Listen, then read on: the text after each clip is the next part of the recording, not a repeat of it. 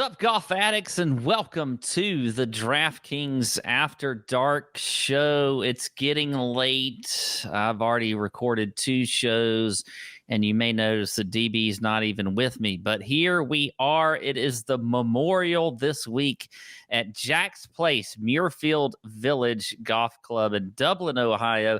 It's going to be a fantastic week. We got a great field this week. We got a lot of the top 20 players in the world. This is probably their last tune-up before they take maybe a little break before the U.S. Open in just a couple of weeks.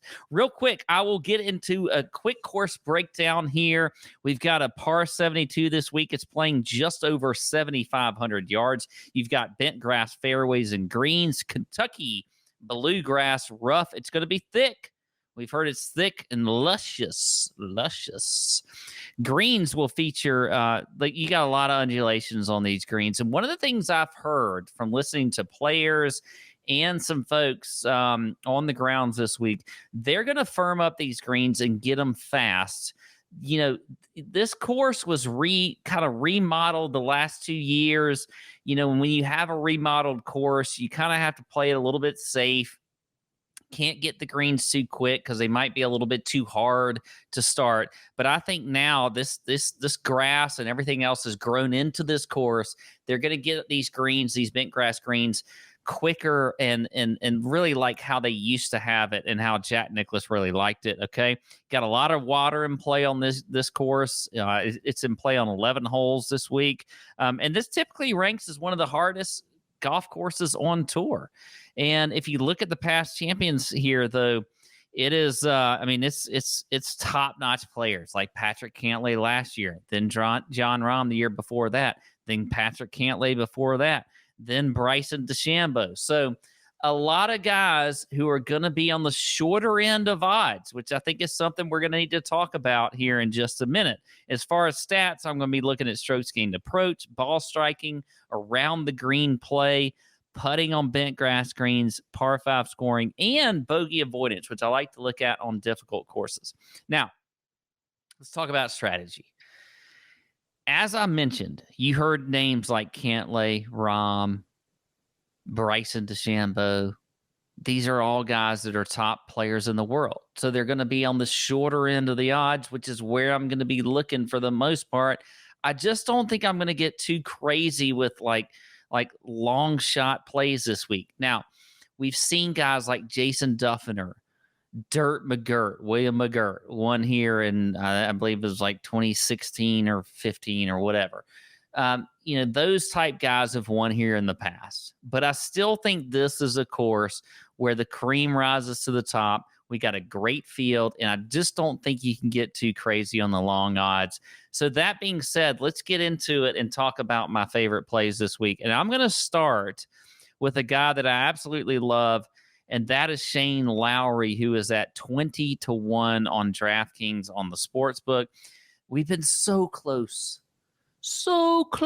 with Shane Lowry, and we just haven't been able to get there with him, and he has not pulled out a win for us, but I think he can do it this week, and I like him at that 20-1 number, so Shane Lowry would be my first play there. Another guy that I like, and now this guy is on the shorter end here, but I still think he's a fantastic play, and that is Xander Schauffele. If you watch the betting show and the DFS show, I did it with John Rathouse, a former caddy on tour, knows a lot of the caddies currently on tour, has a lot of good inside information, and he gave it to us on those shows. And he is a huge fan of Xander Schauffele. 16-1, I think, is a good number. I will play him there. Next play, Hideki Matsuyama. Gotta love Hideki. And 28-1 just seems a little bit too off. I think we're getting a little bit of a gift here from the DraftKings Sportsbook. Let me get, I'll drink to that. Yeah. So Hideki Matsuyama at 28-1. Another, this is a great course fit for him. He's a guy that just, always plays fantastic in good fields like this. You look at his history here: 6th in 2019, 13th in 2018. He missed the cut in 2020, T62 last year. Okay, that's fine. Still think this is a good course for him. You look at Hideki's recent results, had that T3 at the AT&T Byron Nelson. Had a top 25 finish at the Masters. Didn't fare well at the PGA Championship, but I think he had that bad weather draw and still made the cut. If you look at the stats, though, for Hideki, I love ball striking this week. He's top 15 in the field there. I love approach, top 10. He's top 20 in par 5 scoring. So I think Hideki Matsuyama is a great play there at 28-1. Next guy that I will jump to that I think that we all need to look at. We all need to look at this guy because he just seems to win on tour, and that is Max Homa at 40-1. I like Max Homa a lot this week. He's another guy that's also played this course well in the past. T6 last year, by the way, top 10. So that's good. He's obviously been in great recent form with a win a few weeks ago at the Wells Fargo. Followed that up with the top 15 at the PGA Championship. Then had a T23 last week at the Charles Schwab. So Max Homa is coming into this event with a lot of confidence. I think he can get another win this year. We've seen a lot of multiple winners on tour this year. Sam Burns last week. Scotty Scheffler. A lot of guys have won multiple times. I think Max Homa could be another guy that does that. So I like him there. Next guy that I think we could look at, Davis Riley. I mean, are we going to start to believe in Davis Riley? Because I think this guy is a fantastic golfer. He's been, literally every single week, he is almost on the cusp of winning, it seems like. And he's just not quite there yet. But I like Davis Riley. He's at 60-1. I love that number for him. Another guy a little bit longer, I think. Yeah, a little bit longer. Chris Kirk is 80-1. Has a good history here, been in good recent form. Checks a lot of boxes as well on the stat categories. So I like Chris Kirk, and I also like Davis Riley, sort of in that mid-range here this week at the Memorial. Now, let's talk about the long-range plays after I get a little bit of a drink. I don't like a ton of guys here, like I mentioned. I think if I'm going to go in here, it's going to be more top 20s.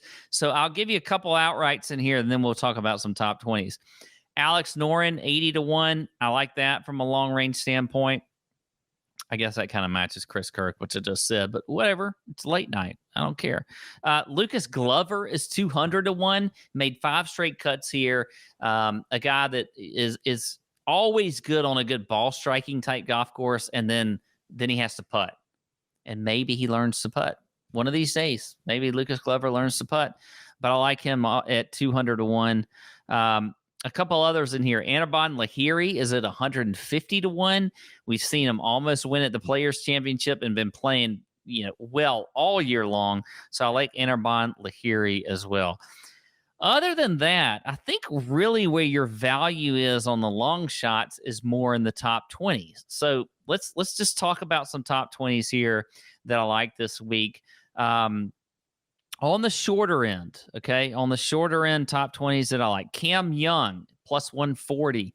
Guy we've seen playing extremely well all year long. I like that plus 140 number. Siwoo Kim is plus 230 for a top 20. Siwoo Kim. I think it's a Siwoo Kim week. He could even win. And I think he's around like 100-1. I love Siwoo Kim. You never know. On a tough course, he shows up like you never know what's going to happen. But at least if you don't need him to win, then get a top 20 and bet him at plus 230. Another guy I mentioned earlier, Alex Noren, plus 230. I like that for him as well. Let's get a little bit longer, though. Okay? How about Kevin Streelman, plus 350 for a top 20. This is Kevin Streelman, by the way. This is what he's done here. Okay. So we're just betting him a top 20. All right. Kevin Streelman finished 13th last year. Check the box there. Top 20. T54 in 2020. That didn't happen. T4 in 2019. Check the box. Top 20. T44 in 2018. Okay. Whatever. T13 in 2017. So 3 out of the last 5 years, Kevin Streelman has made the cut, for one, But also 3 of the last 5 years, he's finished in the top 20. So if you want to look at that bet at plus 350, I think that's a good number for him. A couple others that I will give you. Lucas Glover, I mentioned him as an outright. Well, how about if you don't like him as an outright, play him at plus 550. I like that number. Another guy, couple more that I think you could look at here as far as just top 20s in this range. Scrolling to see if I could get even longer odds, guys. And Ryan Brim, 16-1, was a guy that Caddy John mentioned on our podcast on the betting show as a guy as a possible top 20 bet. He liked that number. And then how about how